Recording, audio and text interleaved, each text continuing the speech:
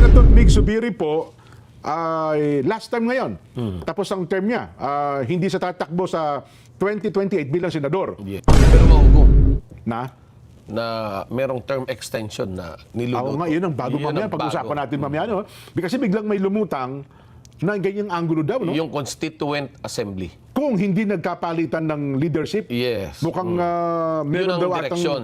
Yeah. meron daw atang kasunduan yung dalawang kapulungan. Yes, yan yung isiniwalat ng dating ambassador ba ng tawag natin dyan? Or consul sa Taiwan na si Lito Banayo. At ang kanyang sinabi ay nagkaroon nga raw ng pagpupulong sa pagitan ng lower house. Oo. Kay Speaker Boji daw, tsaka kay Senate President Tito Soto. President Tito Soto. Nung hindi pa siya napapalitan. Yes, at pinag-uusapan na nga itong Constituent Assembly. At Dahil una, sasangkuyunan ito ng mga last termer. Oo. Dahil base sa napag-usapan, umano, Oo. ay magkakaroon ng term extension yung mga matatapos sa 2028 ng 3 taon pa. Pipila yung tumatatag ba si... tumatatag ng konti. Ayun, no? Dahil kahapon base nga naman sa pahayag ng mga netizens, Oo. mukhang mababali yung isang paa ng silya. Lalo na nung tumayo yung dalawang nag-abstain, no? Yun nung At Senator Mig sinabing Zubiri. sama na sila sa minorya. Yun, no? Biglang tumutok ang marami. Kasi nung pagtayo nila, ano ba ito? Inaabangan nila kung sasama ba sa kasalukuyang mayorya.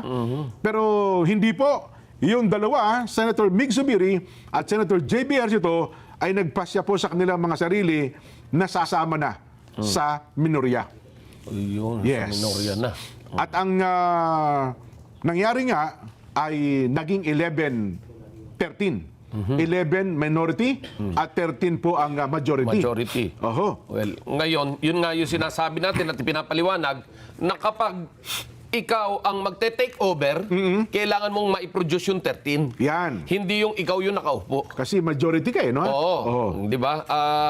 Yung nakaupo, hindi nila kailangan patunayan yung tracing numero. Oho. Ang kailangan yung papasok. Yan. Kung sakaling papalit. Kung makakakuha sila ng bagong majority. Yes. Yan. Yan. Pwede ba natin marinig ang boses? Meron ba tayo yan? Mga boses nung dalawa? Senator JB at saka Senator Mig Zubiri? Mig Zubiri. Oo. Para nang sa ganun makaliskisan ng ating mga kababayan. Di ba? Kumbaga sa manok yan, pinipisil-pisil. Kakaliskisan nila. Dahil pinaliwanag nila Yun na nga. Oo. Kung bakit sila papanig sa minorya. Yan. Senator Mig Zubiri po, ay last time ngayon. Tapos ang term niya, hindi siya tatakbo sa 2028 bilang senador. Yes.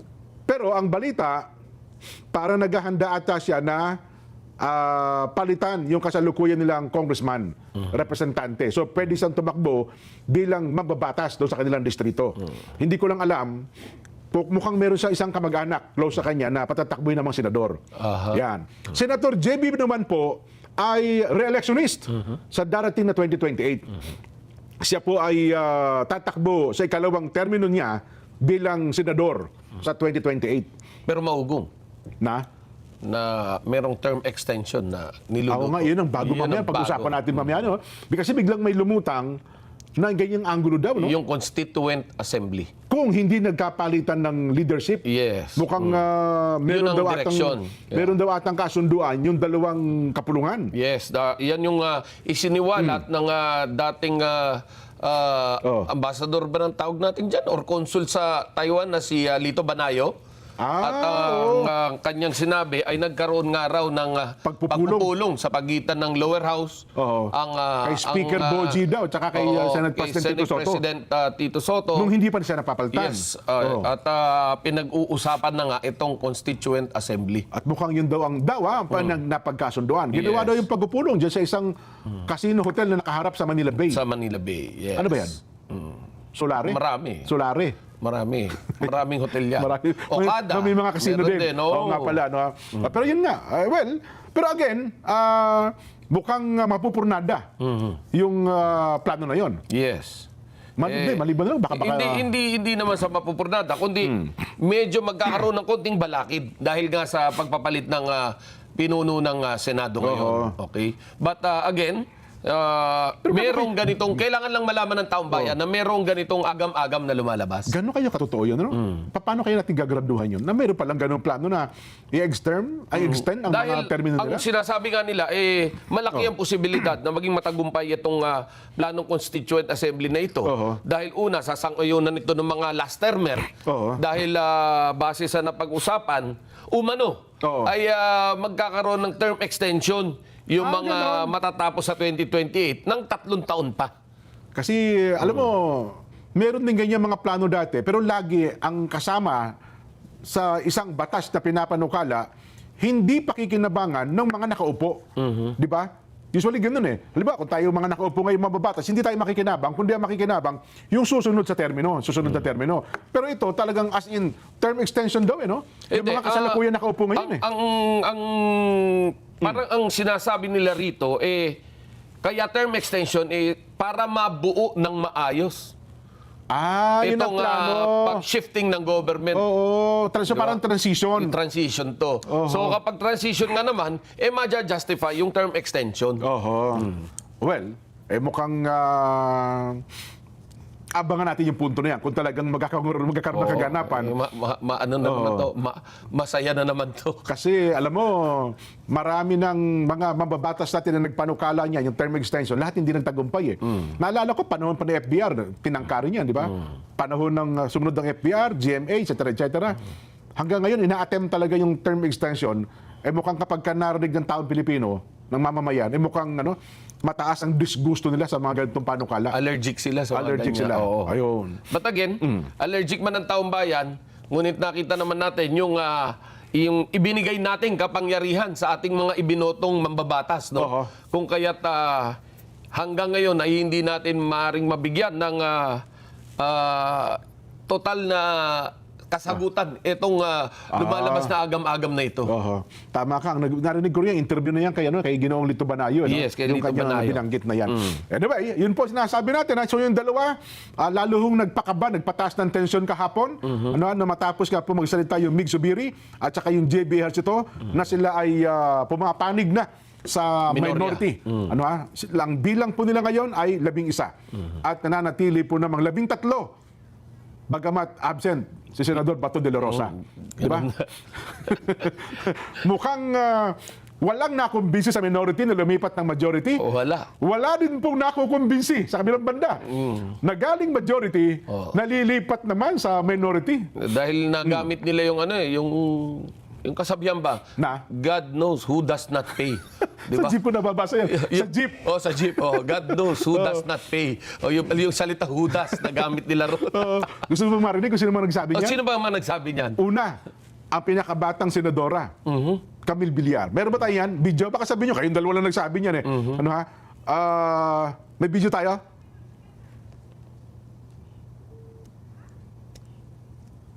Wala pa.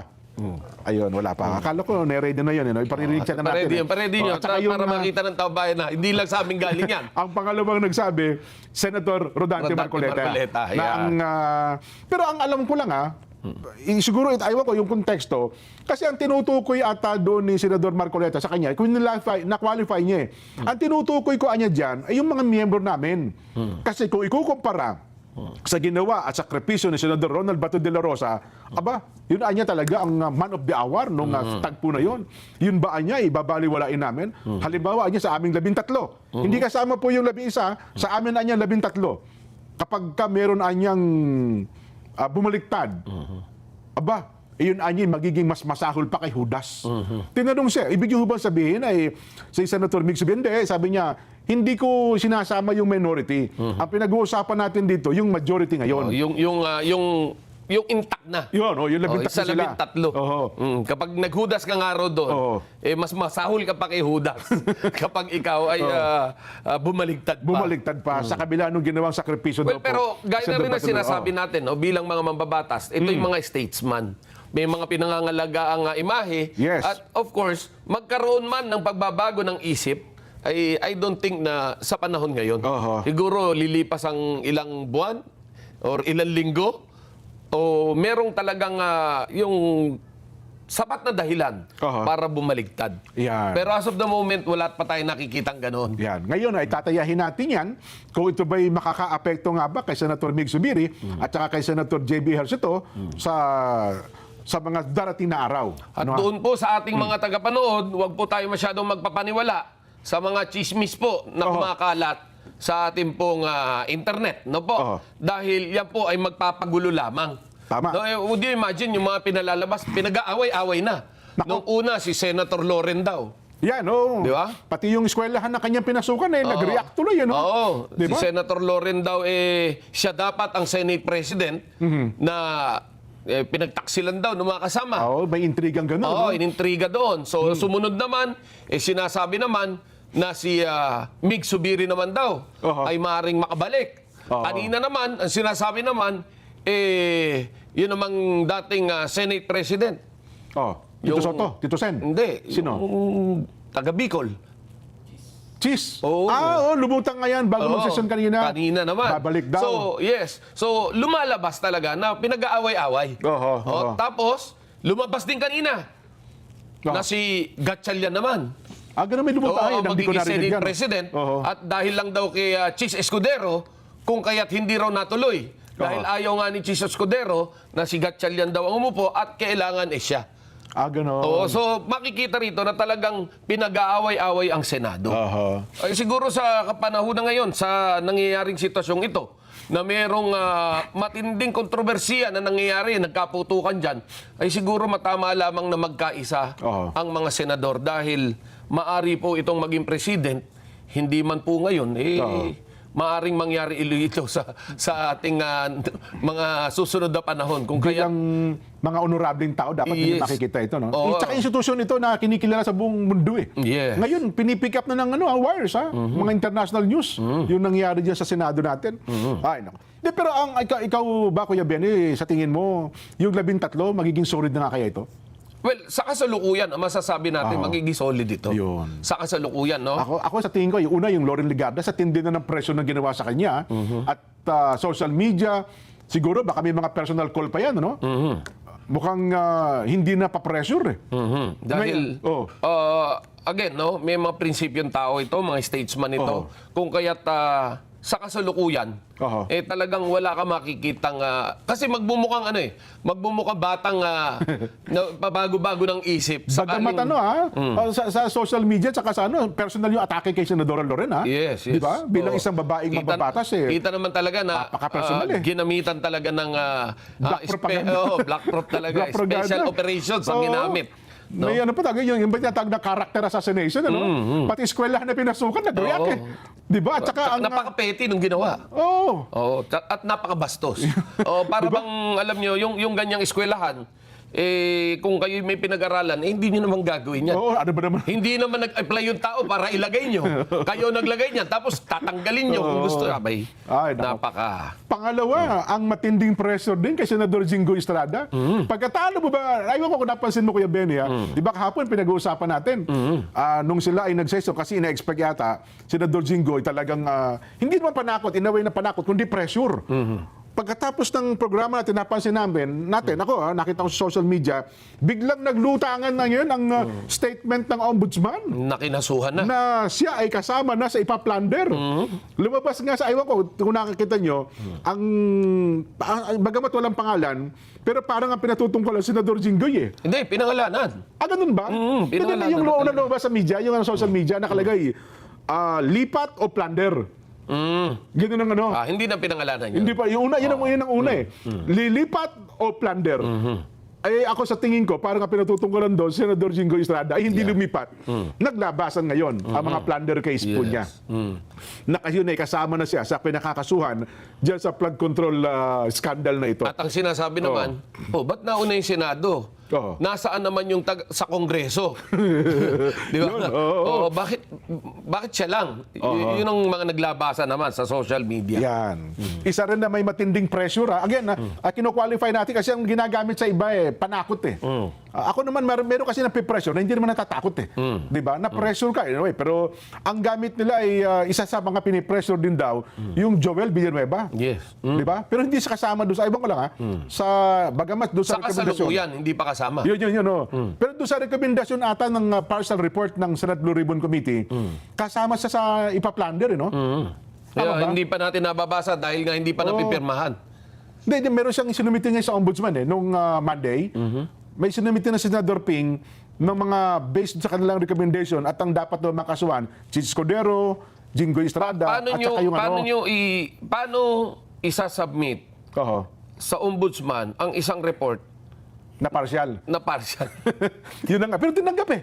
Tinanggap ng ombudsman kaya nagpa-press con nga kahapon yung Miko Clavano at sinasabing titingnan daw ho yan.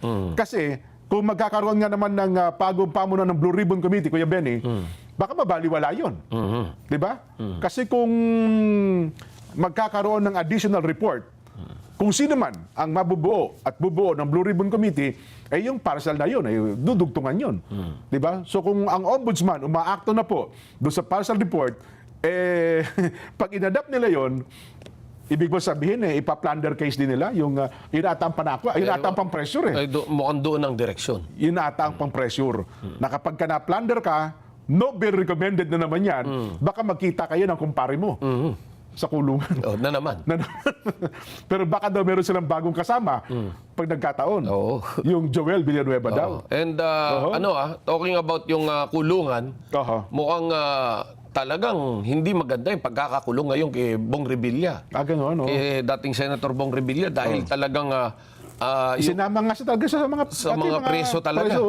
Doon daw sa selda nila, meron siyang kasamang 5 ba o 4 na na bilanggo eh.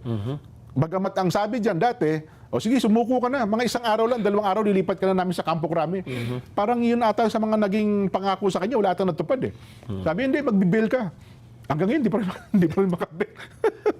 Bagamat sabi ng abogado niya noong nakaraan, ma-approve na ho yung aming bail petition. Hanggang ngayon, nakakulong pa rin yung Senador Bong Revilla. Mabigat. Tignan natin kung ano magiging kaganapan ukol sa bagay na yan, Kuya Benny. Ma-action pa rin po ang Senado hanggang oras na ito. Anong oras na ba? 5:35 ng hapon.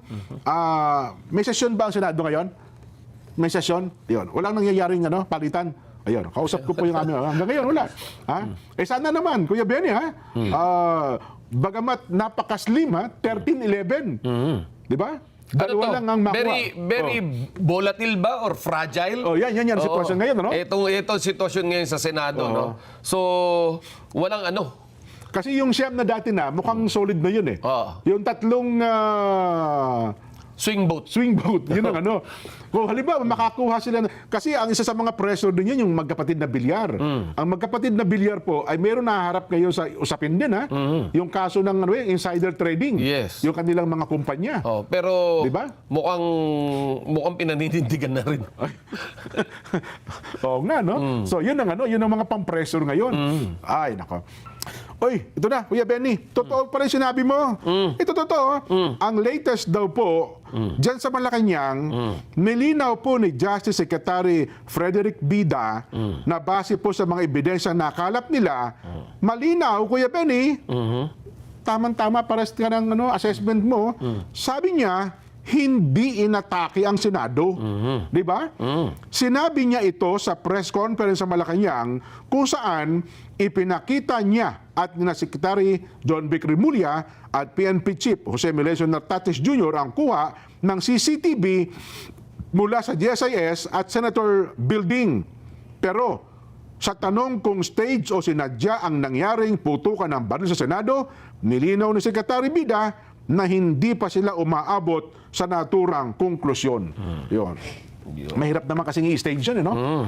Hindi yun. Pero again, sa atin dito, sa ganang mamayan, ang nakita nating malalim na usapan dito ay yung kakulangan ng komunikasyon between the NBI and the Senate. Ayun. Yung coordination nila, yun ang problema nating nakikita talaga rito. Kasi kung may coordination, hindi magkakaroon ng putukan dyan. Yes. Check yun. Hindi, sabi nila kasi, hindi, nag-coordinate kami sa naunang Senate President kay Tito Sen Maaga pa lang. Ang problema, nagpalitan, hindi kayo nag-coordinate sa bagong Senate President. Yes. Kay Senate President Alan Peter Cayetano. Hindi lang man kailangan sa Senate President makipag-coordinate, kundi sa OSAA.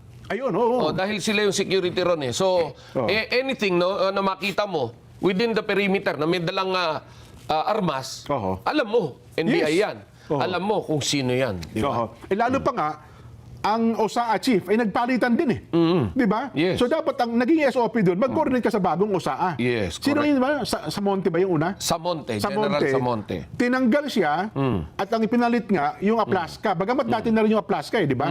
Binalik lang. Kaya dapat ang ginawa ng NBI doon, nag-coordinate din po kayo ng panibago. Yes. Bagong Senate President, bagong OSAA Yes. chief. No? So para naiwasan sana. Yung coordination lang talaga. Alam nyo, very simple SOP yan. Oo. Yan kahit na saan, kahit na anong government agency, enforcement or alam naman natin. Balo di baril, no? Oo. Kapag pumunta ka Oo. sa jurisdiction ng isang ahensya, Oo. abay kailangan ka makipag-coordinate. Yan. Napakalinaw po nun sa batas. Lalo na kung kayo mga armado. Yes. May baril kayo magkabilang panig. Ang dami na pong nangyari ganyan. Ano Na tawag nagkaroon doon? ng misencounter. Misencounter. Nung naimbestigahan po, walang proper coordination. Yun hong, anong tawag nila doon? Yung, di ba pagka may ganyan yung, nakalimutan ko. Basta walang coordination. Ang mga taga Cebu City, sabi po ni Kuya Alan Nuevo.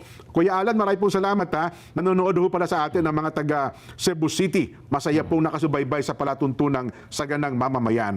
At ang Kuya Benji Mutya naman, sabi niya, ang mga taga Karkar City ay nagdiriwang po ng birthday ng Ka Abner Flores. Nanonood kayo. Ka Abner, happy birthday po sa inyo.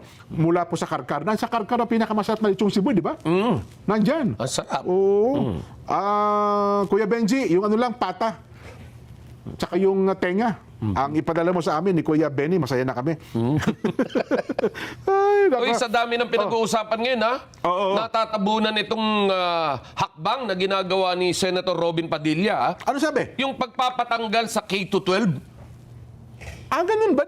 Parang ang pinatutupad na ata ngayon ay yung K-10 na. K-12 pa rin. K-12. Di, meron na raw yung curriculum na K-10 eh. Oh, Well, anyway, sige. Sa Ano sabi kanya, niya? nais niya itong nagkaroon ng aksyon sa Senado na nais niya itong patanggal at ibalik, no? Gawin uling 6 years ang elementary at 4 years ang high school. Ganon okay. ulit bago mag-college, no? Dahil eto naman, sa nakikita natin, no? Abay, sasang-ayunan to ng mga magulang. Aba, oo. Dahil sa hirap nga naman ng buhay ngayon, yung 2 taon na ititipid nila, Oo. lalo na sa oras at sa pera, abay makakapagtrabaho na yung mga anak nila. Totoo. O isipin mo, dagdag mo 2 taon yung kanilang pag-aaral. Oho. Abay talaga nga namang napakalaking pahirap sa kanila nito. Ayan. Diba? Kaya't although natatabunan na itong storyang ito, sana'y maging malakas ang boses ng taong bayan na suportahan nyo. Ito, para lang, alam nyo, kumikita lang dito yung mga para lang yung mga cottage industry. Ginagawa nga ng buhay talaga ang Meron pa ba hanggang ngayon dyan? Ha? Meron pa ba hanggang ngayon? Meron pa rin. Edukasyon talaga. Ang iba ata dyan, nagsara na kasi nalugi na eh. Lalo nung panahon ng pandemya. Yeah. Wala na nag-enroll. Ay, nako. Ay, sa Kamara de Representante kanina, teka lang, nagkaroon, ano bang latest natin sa Kamara? Kasi nag-press con po kanina, ang 11 prosecutor. Sa Kamara de Representante, sa pangunguna po ni Congresswoman Beatrix Jerbil Luistro, plus 10. So 11 silang lahat. Yung 11 prosecutors. Mukhang handang-handa na raw po sila sa pagharap diyan po sa impeachment court, Kuya Benny. Tingnan natin. Kasi po, magiging ma-action din ang mga tagpo sa mga susunod na araw kung ang pag-uusapan ay may kinalaman po sa impeachment. Yeah. Pero siyempre, bagamat, ano ba yung latest? 10 days ang dapat sumagot si BP Sara, Yes. plus 5 days sumagot naman ang prosecution panel. Yes, yung parang yung sagot naman nila galing naman doon sa sagot ni BP Sara. Ayan, sabi po sa press conference kanina, in-announce po ni Batangas Representative Jelbil Luistro, yung panel ay gumagawa daw po at dinidivide na raw po yung kanilang responsibilidad sa loob ng 4 articles of impeachment. At ganoon din daw po, pinangalanan ang mga miyembro ng anong tawag natin doon? Prosecution team. Congresswoman, isinama ba ito si Rene Co? Hindi. Ginawa lang siyang spokesman. Spokesperson. Spokesperson lang siya. Yeah. Ng Ang kasama Kabataan ay Party si List. Laila de Lima, Oho. si Bagaw, kasama rin ata. Yan. At ito, House Assistant Majority Leader Sia Alonto Adjong, sila pala magiging spokesperson at saka itong si Rene Co. Ayun. Ayun nga po ang binabanggit nila. Bawat isang prosecutor daw po ay naka-assign sa at least ay 2 articles of impeachment, kabilang daw po yung pag-share ng burden ng pag-presenta ng ebidensya at ang pag-examine sa mga witness at ganoon din daw po yung pagdepensa sa mga charges laban po sa Duterte, kay Inday Sara Duterte. Ayan. At binibigyan din daw po ng prosecution panel na hindi na po no longer discuss the merits of the impeachment case sapagkat already, sabi niya, naipasok na raw po ito sa kanilang appearances bilang public prosecutor sa Lunes. So wala pa yung public prosecutor, no? Wala Kung pa. sino-sino. Yung 11-member lamang po ng prosecution na mga miyembro po ng Kamara de Representante. Ayan. Yeah. Sa part naman ng Senado, ano na ang latest may kinalaman po dito sa impeachment? Maghihintay ata tayo. Ayun, nabanggit nga, 10 araw, etc. Yun po. Hintayin natin yung 10 araw na yan. 10 calendar days. Pero base sa nasagap natin baka mas maaga pa dyan ma-submit. Dahil talagang handang-handa sila Ayun. Pero siyempre susundin pa rin yun, ano? Siyempre, susundin pa rin yun. sa So 15 days. Hindi maaring sumobra. Oho. Maaring umiksi. Yes. Plus 5 days. Pero yun nga ang tanong ko doon, Kuya Benny. Wala pang confirmation tayo. Aabutin ng sine-die adjournment So kahit pa naka-sine-die adjournment, pwede sila magpatawag ng hearing? Well, base sa narinig natin, ang sinasabi, hiwalay. Ang trabaho usaping nila. Senado at hiwalay ang impeachment court.